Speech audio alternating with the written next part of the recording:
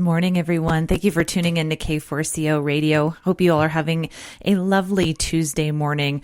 I think we're going to be a little cooler at the end of the week, so we are very excited about that. Thank goodness. Low 70s, yes. That sounds very wonderful at the moment. The K4CO Radio team has been outside for a couple days in 100-degree heat, so we're loving some air conditioning. So, well, thank you all for tuning in. We have a wonderful person here in studio. We have Char with Newmaker Financial. Good morning. How are you? Good morning. I'm doing so great. Okay. Thanks for having me. Absolutely. It's wonderful to have you in here. Well, tell us a little bit about Newmaker Financial, where you're located and everything about you. Okay. Well, that's more than a little. A little, good. We want to hear all of it. We are located out of Centennial. So we're actually right down the street off of Arapahoe and Havana, right across from the Topgolf. But like most financial firms, we meet with our clients virtually as well.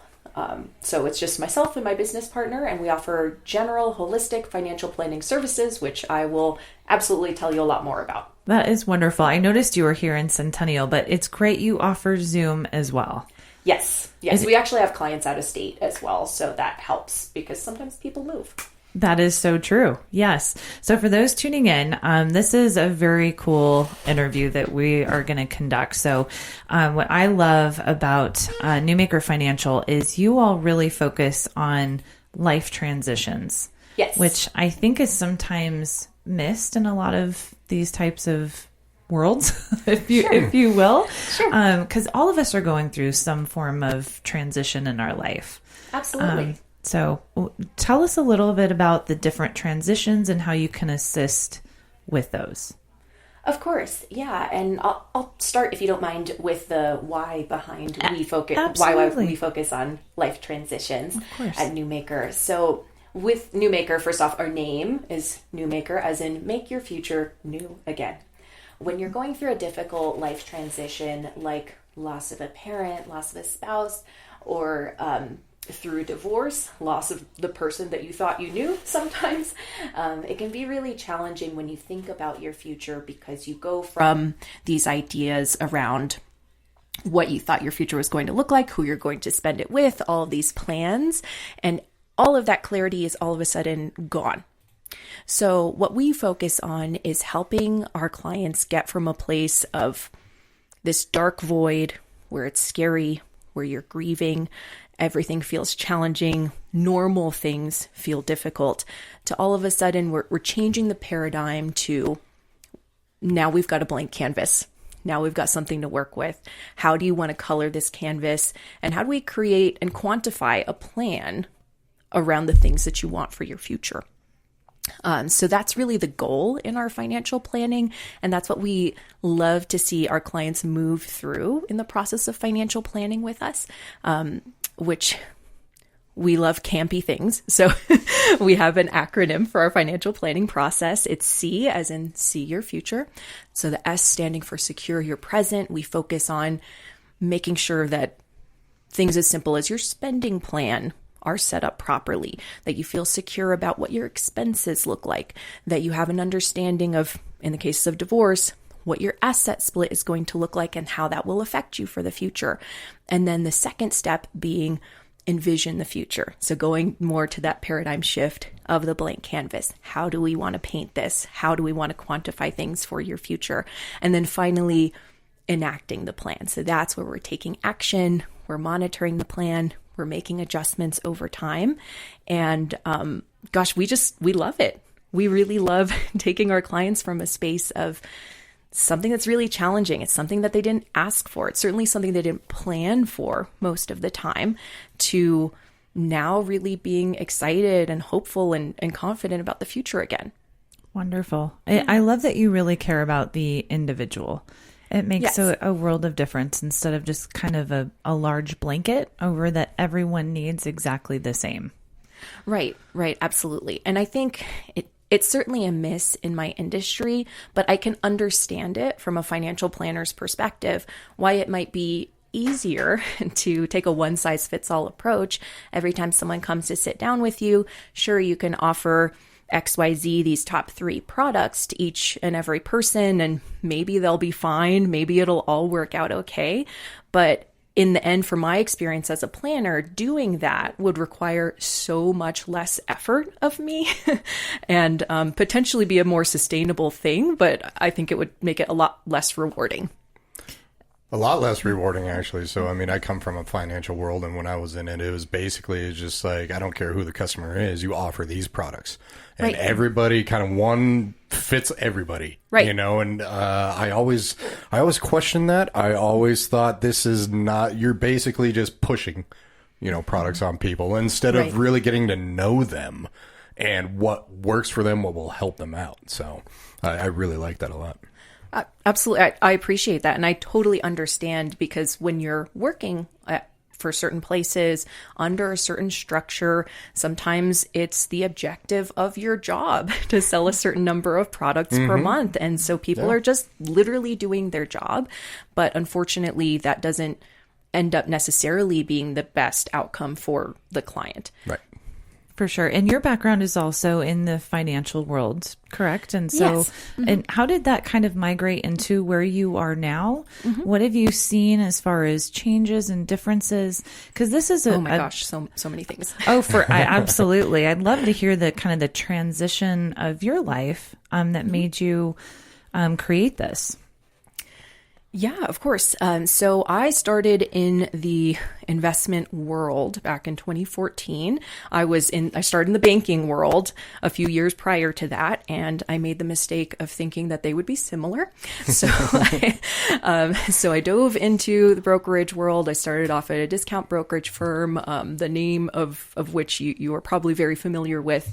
And I got licensed very quickly. I became a broker. I started trading in different states. I even became a global trading broker for a short period of time, but I didn't love that as much as I loved, like we were talking about, getting to know people on an individual basis. So working on the global trading desk, while yes, it was very fun getting to come into work at noon every day and leave around 8, I really valued those conversations that I had with our clients who were calling to trade in Australia every single night, sort of thing. And so it made sense to me from a career progression standpoint that I would move into more of a relationship-based type of role. So meaning advice roles. And so there are certain, of course, licenses for that. In the FINRA world, you need a license to think, talk, breathe, walk around, anything you want to do, you need a new license. So I got the appropriate licenses for that, quickly became an advisor for the private client arm of the business. And I very much enjoyed that. It was very investment heavy. So looking at a lot of strategies for how do we develop a core portfolio for you as an individual, but also honor the things that you're really interested in from a tactical standpoint, especially for the clients who are a lot more interested in the market and following what's going on with the economy, building in what we call an explore portion to the portfolio. So it was a lot, and this is of course something we still do for our clients at this point, but it was very investment focused. So I feel good about my skills there. But the challenge with the environment I was in at the time is, because of the corporate structure and because of some of the changes that were occurring in the financial advice world and the brokerage world at the time, there was simply way too much pressure on us to just bring in more client assets. And so the expectation of me at that time was not only to keep people coming through the front door, but also to keep people from leaving through the back door. So I had to maintain the relationships while also bringing in new ones. And that for me, certainly for me, it wasn't sustainable. For the clients, it would eventually turn into a bad experience. And in the end, as a certified financial planner with the holistic training that I have around planning, I really felt like I wasn't able to fully flex that muscle. I wasn't able to fully help my clients in the way that I know I can. And so it made a lot of sense for me to go independent, which I did back in 2020. Okay. As someone who might be more of a novice or new into this world, let's say you just graduated college, or, I mean, I'm sure, I don't know if age really matters, because I think you can be really at any age and either know the market, know your financial security. Right. But like we had mentioned before, it's life changes can be very unexpected. Yes. You can have a new baby, you can lose someone unexpectedly. Right. Marriage, divorce, all of these can sometimes be all of the sudden. So if you are looking at your world going, now what? How would you walk a person or a new customer client through that? Especially maybe a little bit in my mind when I was 20, I had no idea. Sure. I'm entering right out of college and you think, I can do this. I can make $1 million. And then you realize, no, I can't. So, Oh, yeah. Once you graduate college, that's where you start making the big bucks. Right. But, Exactly. And I always find it hilarious that with all the schooling, I mean, I think just finance should be taught early on. You should be learning about finance in middle school and high school and college. They don't teach you this stuff at all. They don't. No. They don't. And so you have to rely on, suddenly you're just caught in a world where you're just like, I don't know anything. Right, absolutely. And maybe you're someone who's lucky enough to have mentors in your life or parents in your life who are going to teach you about basic financial hygiene, financial literacy. But for the most part, it's something that's a huge miss in our society. So we always try to meet our clients where they're at.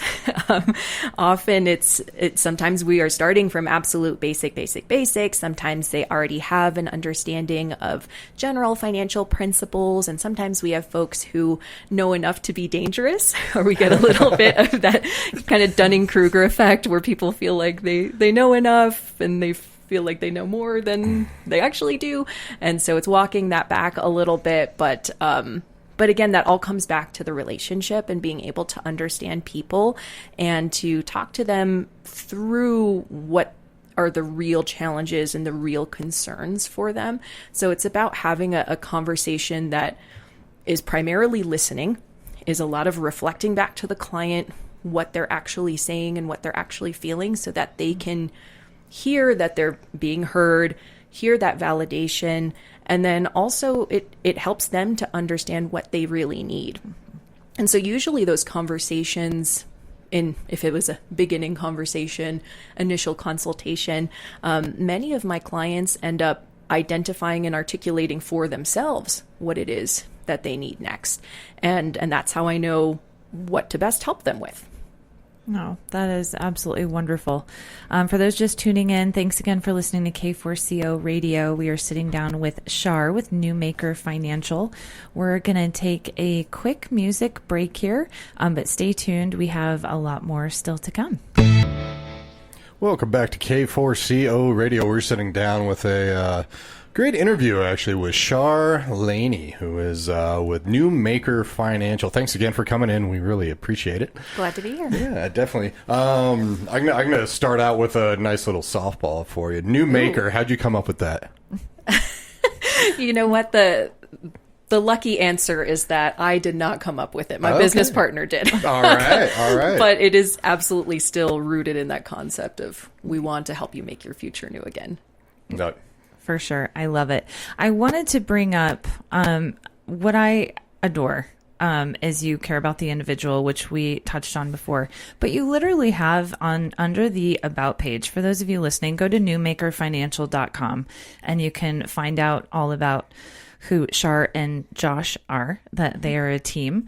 But you literally have our values on your About page, which is actually very rare in a business world.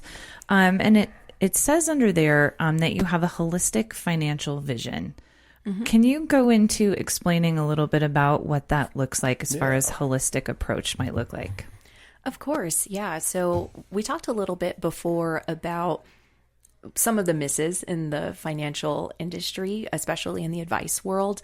A lot of it is either solely product focused, where folks are selling you a mutual fund, one size fits all, or they're selling you maybe an investment product or insurance product. And the challenge with that is it misses a lot of the other sides to the equation. When we think about your wealth, it's not just how do you grow it, it's also how do you protect it. So as certified financial planners, we're very much trained to look at, of course, we want you to get the investment growth. Of course, we want you to have the investment diversification. We want you to dabble in different areas of the investment world to the extent of your interest in those things. But at the same time, if we're not looking at how do we protect your wealth, how do we set up a plan for in the event of your death, for example, to make sure that your wealth continues to have the effect that you want it to, whether it's an impact on future generations or your grandchildren, or maybe it's to charitable causes that you care about. If we haven't done those things, then we've completely missed the plot. We really want to make sure that we're taking care of your wealth from all these different angles. And so, yes, that can be looking at estate planning. Of course, my business partner and I are not attorneys, so we're not drafting documents. But this is one of those areas where we know enough to help our clients. In fact, we know that there are pieces of estate planning that still get missed by attorneys. And it's not attorney's fault. It's not an attorney's job to do these certain things. But what tends to happen in the example of estate planning, where financial planners can really come in and should come in, frankly, is that you sit down with your estate planner, you get your trust all set up, you walk away with this big binder and you say, yes, I did it.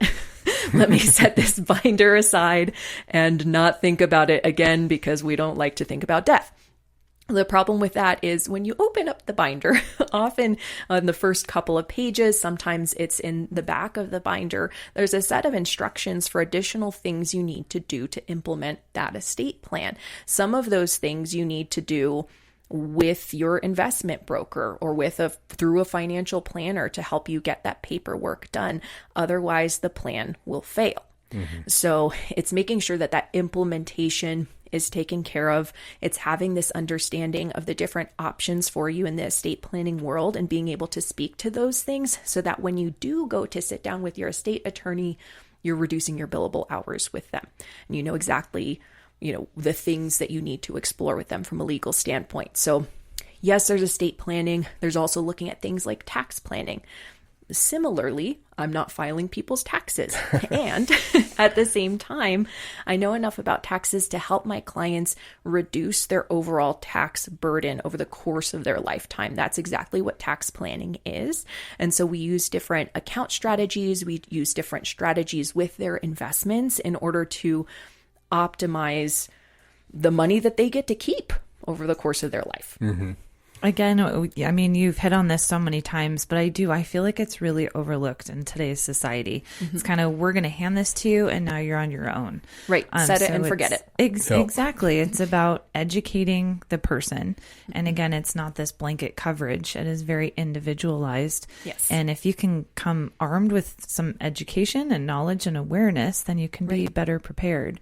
So I think, again, if you are new in this world, at least coming from my own personal experience, it can be overwhelming, even if you have a little amount or if you have a large amount. Right. It's what do you do with it? What is the smart? Because there's so many different options out there. There are. Yeah. And I think that's a really great point, and possibly one of the things that holds people back from seeking out the advice of a financial planner is that we live in a world where all of the information is available. It's all available at our fingertips. You have to love Google. In our pockets. We can pull up this information about, if you just search, what do I do with my money? You're going to get 1,000 different answers, and those could be 1,000 different good answers. But the challenge with that is, as an individual, as someone who you're looking at your life subjectively. So already you've got blind spots for what you should be doing with your life. How do you make sense of which of those options is best for you? And that's where the human element is really, really necessary in my world, to have an expert who understands you, understands what your goals are, and can say, based on what I know about you, here's the top 3 things we should consider. We're going to talk about what those things are, and once we've gone through those things, I'm going to tell you which of those I think is best for you. And we find that is really the value of the financial advice world and what it should be bringing, rather than just, I'm going to set up this portfolio for you and then you'll hear from me once a year, because that's the industry requirement. Right. It's funny how you say the human element, because what scares me is now with this AI stuff going on, what this is going to do even to the financial world. Yeah. And it's going to eliminate a lot of financial planners, especially if that's their value proposition, that, hey, I'm going to build this portfolio for you. And that's something you can get done for free online. Mm-hmm. Right. Sorry. But it still lacks that human element, which is what we need. Yes, you can't just rely on that. And I think one of the biggest things, as you kind of touched on, Sarah, both of you, is that one of the biggest mistakes is to not plan for something like a death. Mm-hmm. Then it goes through the probate, it goes through absolute a mess of everything. Right. And my father was actually a lawyer, so he actually had everything set up, and there were still issues that came up. Yes. So there's always going to be issues that come up. Right. But the more prepared you are, the better. So. Yeah, absolutely. And gosh, if you're passing away, your family members and loved ones are going to be having a tough enough time with grief. Exactly. You don't want to add all the paperwork and all of these big financial decisions on their plate. And all the questions. Yeah, all of the questions. Yeah. At the time when they are least prepared and least capable of handling those things. Mm-hmm. Because grief is really debilitating at times. For sure. I agree. And things are so unexpected. And it's interesting that some of these life transitions aren't talked about. Yeah. Like a divorce or losing someone, it is a part of our lives. So I think to bring up the conversation is really important. And I love that you talked about the human element. This was actually brought up on the news last week, that these young kids just out of college, the 20 to 25 year olds, 70 to 80% of them are getting their financial advice on Facebook. Oh, okay. And yeah, exactly. And the things you can get there. Yeah, that's one, I guess. It took me back a moment, and I'm like, and they actually took it a step further, which I'm glad that they did. Mm-hmm. And out of that, they, of course, I don't know if they're surveying or kind of really exploring this, but out of the 70 to 80%, almost 90% felt insecure about their finances. Right. So to me, of course, right? Like if I go on Facebook, I'm like, hey, what do I do with my $1 million? That's scary to me. Well, they've never led me wrong with any other news. Of course. Social media is where it's at. Please reach out to a human who is very educated and is properly licensed. Right. Like you could have a 10-year-old giving you financial advice and go invest in Legos. That seems like a good investment option. Yeah. And there's just so many challenges within, so many rabbit holes that are the wrong ones to fall down. And when it comes to something like money, we want a quick fix. We're looking for that magic solution, and there are a lot of people out there saying that they have it for you. So it's very compelling, it's very enticing. But yes, we strongly encourage folks to get their information from reputable sources. And it's amazing how many services and products are really out there. I mean, just, from my history, from stocks to bonds to mutual funds to annuities to ETFs to even crypto now to all of this stuff. And don't get me started on crypto. But did want to go through kind of the services that you offer, what you kind of dabble in when it comes to that. From life insurance to everything. Yeah, absolutely. Thankfully, we're able to offer a fairly holistic service in terms of solutions. And I said that I can't do the estate planning documents for you. I can't file your taxes for you.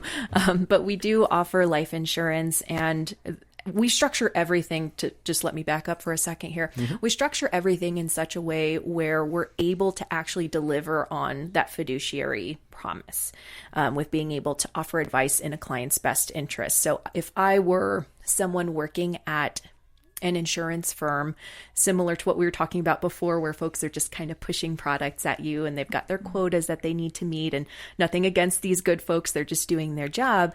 That would not, for me, in my mind, be a fiduciary offer, because I'm not giving you your options. I'm not letting you weigh out the pros and cons of the different things you can do. So in that respect, we are insurance brokers. So we do offer life insurance products, but it's It's not the main thing that we do. We're not relying on that. And like we've been talking about with the human element and being able to help people make sense of all of the financial information that's out there and what is the best thing for them to do, we charge for advice.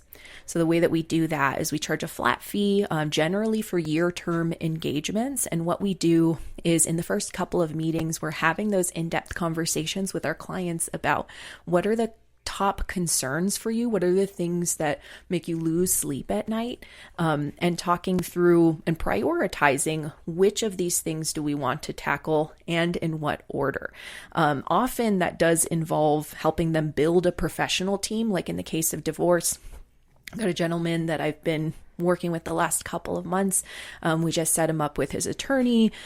I sat down with him and the attorney just to keep things all very smooth and efficient and effective for the sake of transference of information, because often the client is kind of put between their professionals to play telephone and then things get missed. It's just not a fun time for anybody.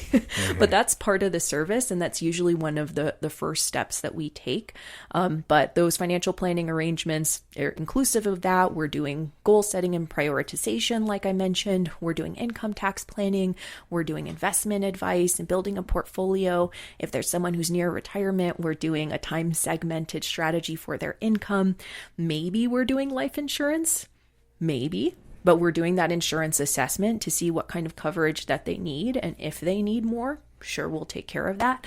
But most importantly, in that process is the implementation and the monitoring. So at Newmaker, we always say that a plan is only as good as its adjustment process.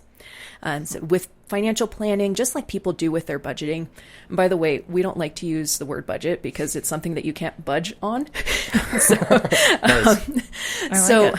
We like to say spending plan instead. But similarly to that, when people sit down and they do their budget, they're like, look, I did it. I've got this paper and this is how much I should be spending on everything.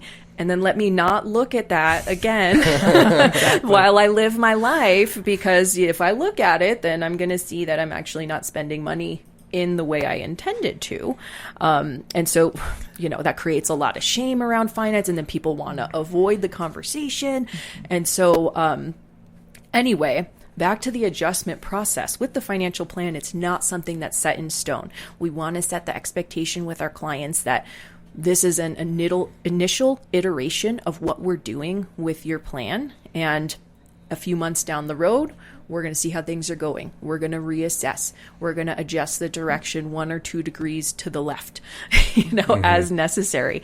And we find that is something that makes it a lot easier for our clients to come to the table and talk about money, because there's so much money avoidance out there with the financial insecurity that you were talking about earlier, Sarah. For sure. And of course, life changes a lot from when you're 20 to 80. Yes. There are a few changes, when you go just a little just bit. A little. Yeah. I know my financial world has changed a few degrees to the left, like you said, which brings me to my next question. So, do you have a certain, I don't know if I want to say client, or do they have to come with a certain amount of assets to be a client of yours? Or is it all over the board? It is all over the board. We don't have any requirements for amount of assets that a client needs to work with us, and that is by design.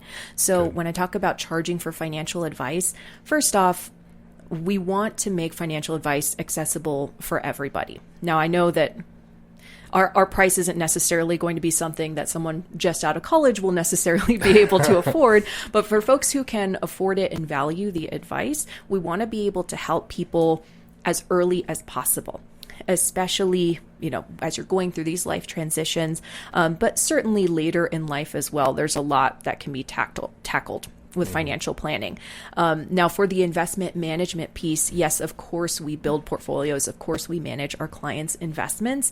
But in order to offer advice in an actual fiduciary way, I don't want to be the advisor who uses quote unquote financial planning as a sales tool, wherein I'm just plugging in your numbers and, you got a 75% chance of succeeding in life. And, awesome.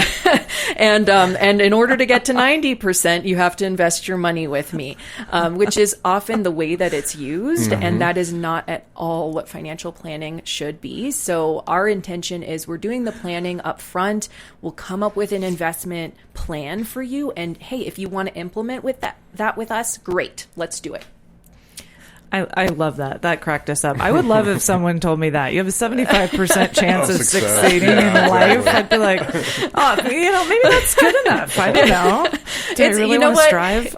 It's not too far off from how these tools are used. So it's what I'm referring to is called a Monte Carlo analysis. And it's a probability analysis that weighs out 1,000 different hypothetical scenarios based on all your financials of, what's the likelihood that you'll die with at least $1 in your pocket.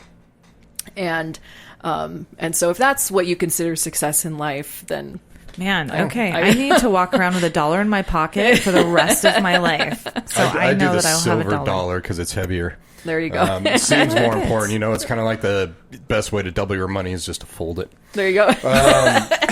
And then you can just keep folding it. Yeah, exactly. And I do like how you said, maybe not fresh out of college, but it's like if I had known, if so many people have known, I mean, if you opened, just for an example, an IRA or, for your kid, right, and put $2,000 a year in, right, I mean, just for even 10 years and then just left it alone, right, stuff like that, stuff that people really need to know. And I do have a question for you because with all these things that are taking place, from inflation to insurance changes to taxes to unplanned disasters, we have the fires and all this stuff, right.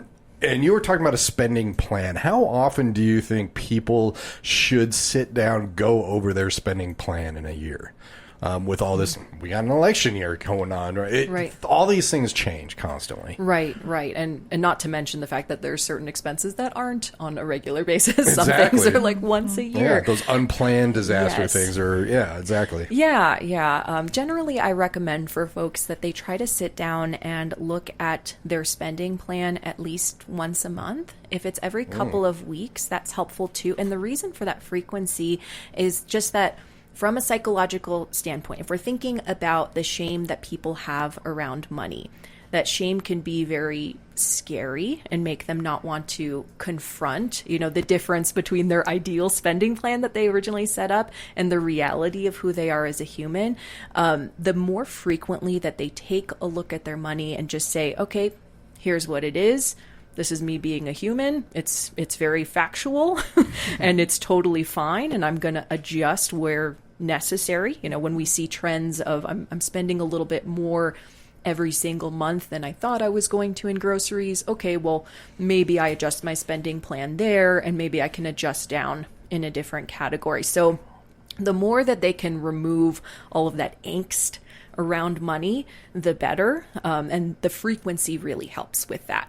I don't know if that necessarily addresses your concerns about world events and things changing in the economy necessarily. But when it comes to the investment portfolio, the intention is we're taking very much a top-down approach where we're looking at the top of this funnel. We're looking very long-term. And since we're addressing various different angles of your wealth management issues, including the investments. The hope is that the investment portfolio we've set up for you is really just is all season tires for you. Like, we're going to have some not so great winters and we're going to have some very fun summers, but these tires are going to continue to keep going. Gotcha.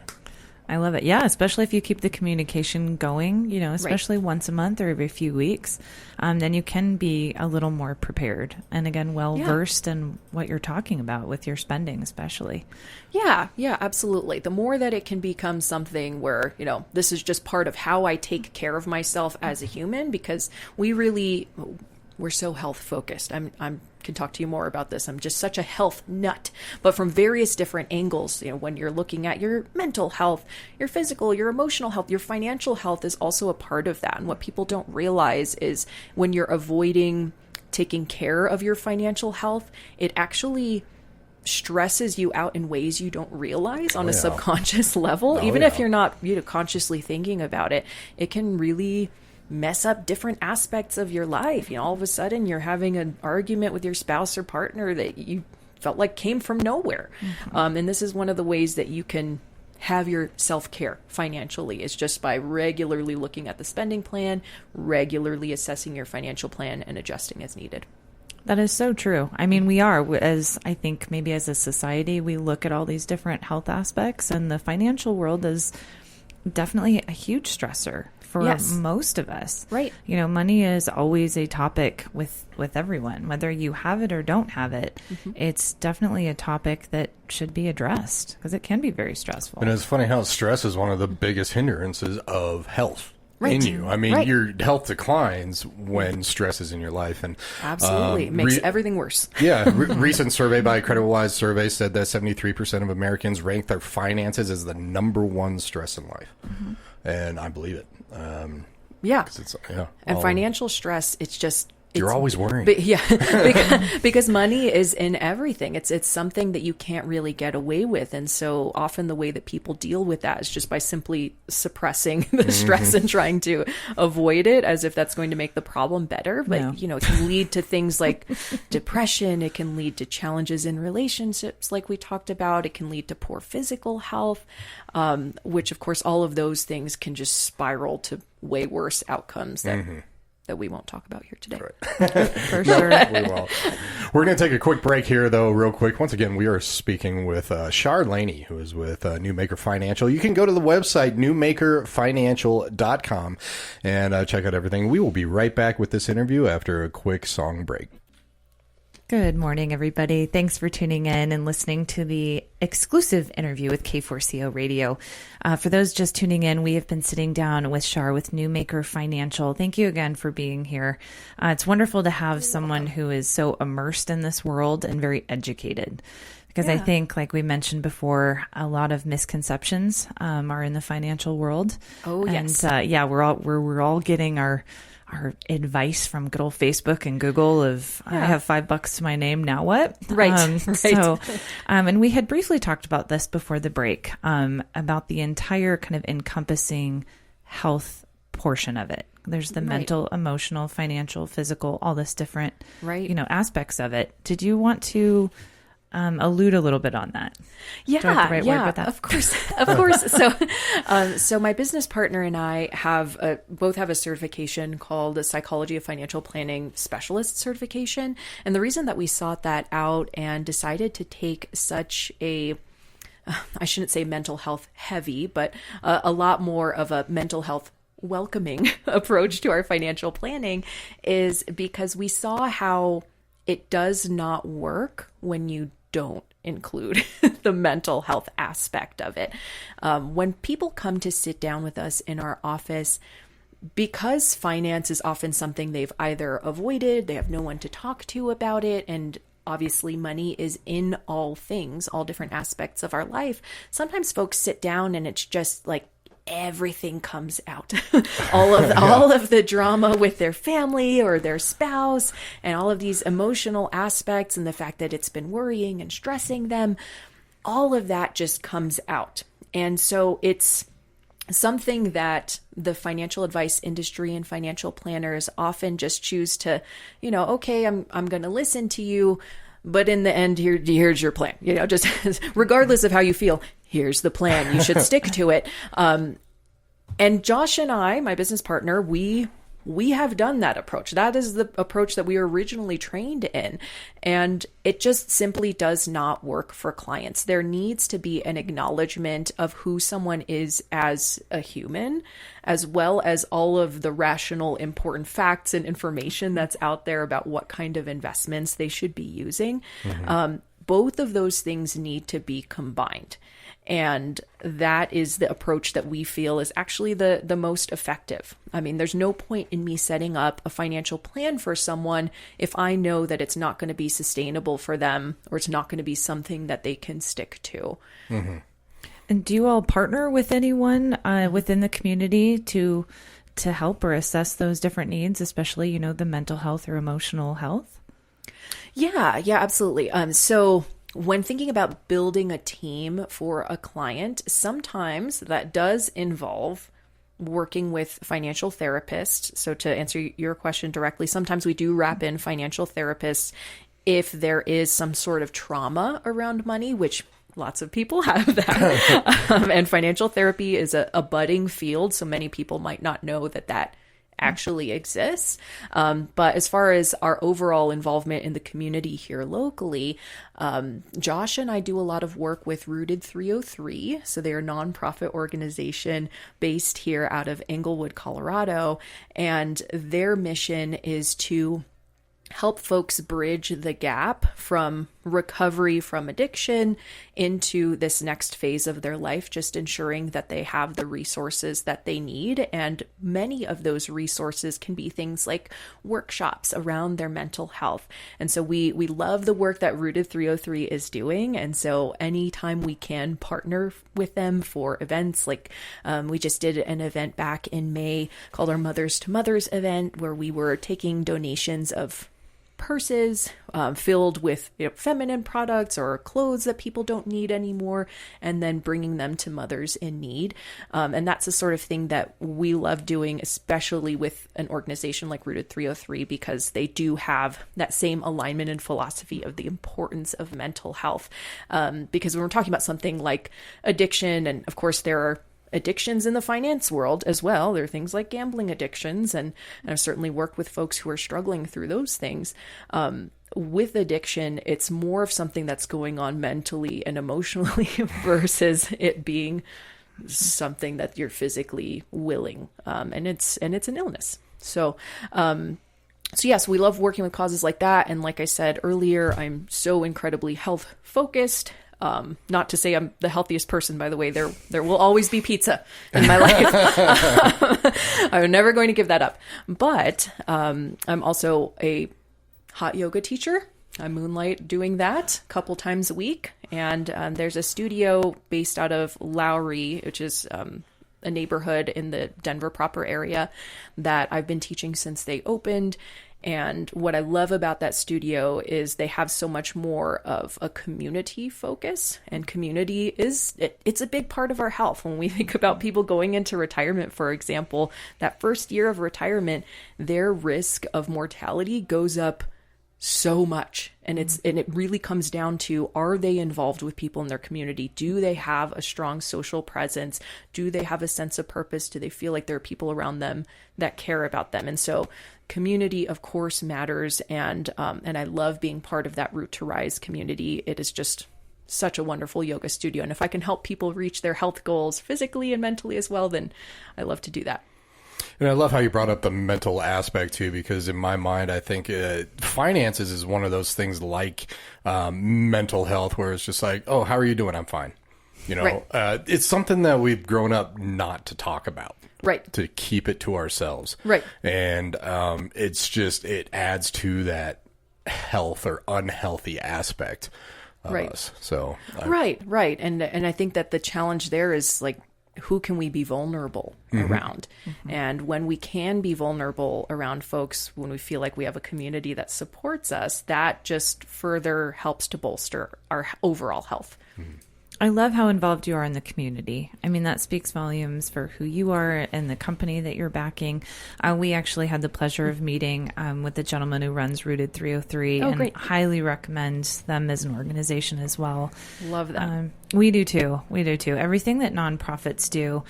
We went to 2 events this past 3 days. One was pediatric cancer, and then the other one was cancer research and trials. And to be involved, the community to me is so pronounced, Yes. where it means a lot to have all of these different health structures, because I think a lot of it is overmissed. We talk about that almost in every interview that we have, how important it is to have all these different categories.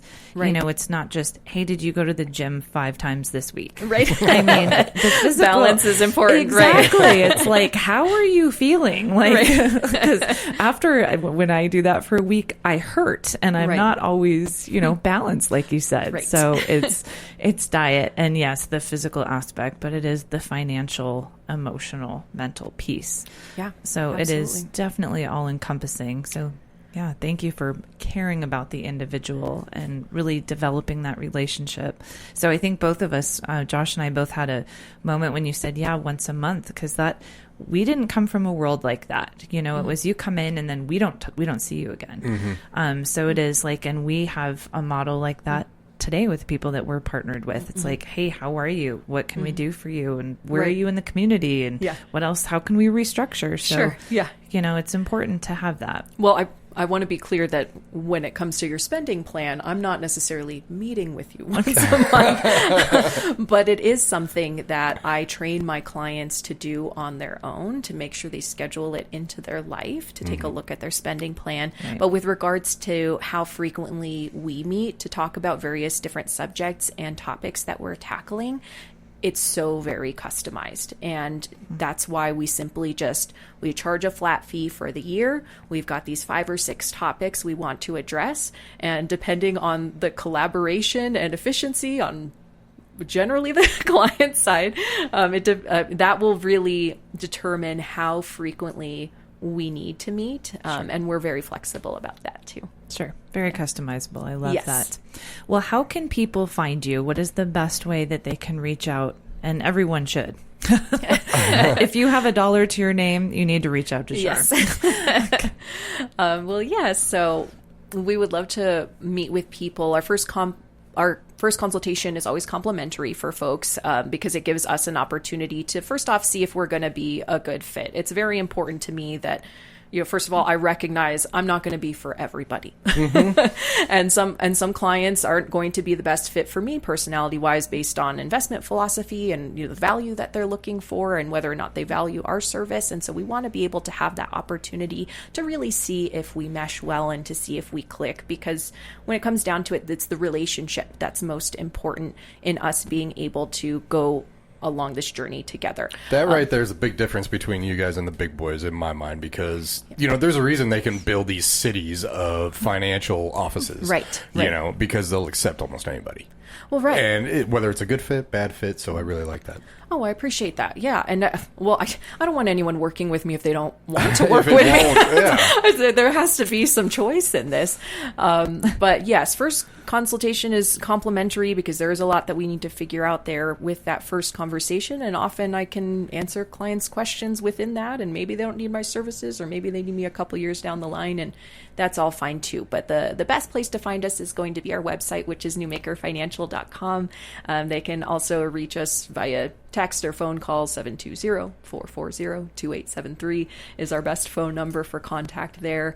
And we're on YouTube. We post a lot of educational videos that we use for the most part for our existing clients, because to y'all's point earlier about these financial concepts not being something that we grow up learning about, often I sit down with my clients and we're going over a concept like dollar cost averaging, for example, and they might leave feeling like, yeah, I understand that. That feels good. And then a week later, they're like, why are we doing this? What was that again? So it's nice to have the information there where folks can just access it whenever they need to. Just refreshers. Yes. Yes, absolutely. So we want that to be one of the main resources for our clients. So we've got quite a bit of good information on, you know, divorce topics, estate settlement topics, general financial planning principles, retirement and income strategies. We've got all of that on our YouTube page as well. Wonderful. And they can find your YouTube page on your website. Is that correct? Or what's the best place to go to that? Yep. Just just YouTube and then search for Newmaker Financial. Perfect. But the handle is at Newmaker Financial 5904. Okay, good for you. Yeah. Well, bam. See, you have the financial brain. Yes. You keep all of those numbers lodged in there. I can't help that. It's a gift and a curse. That's great. Mine is gone. Okay.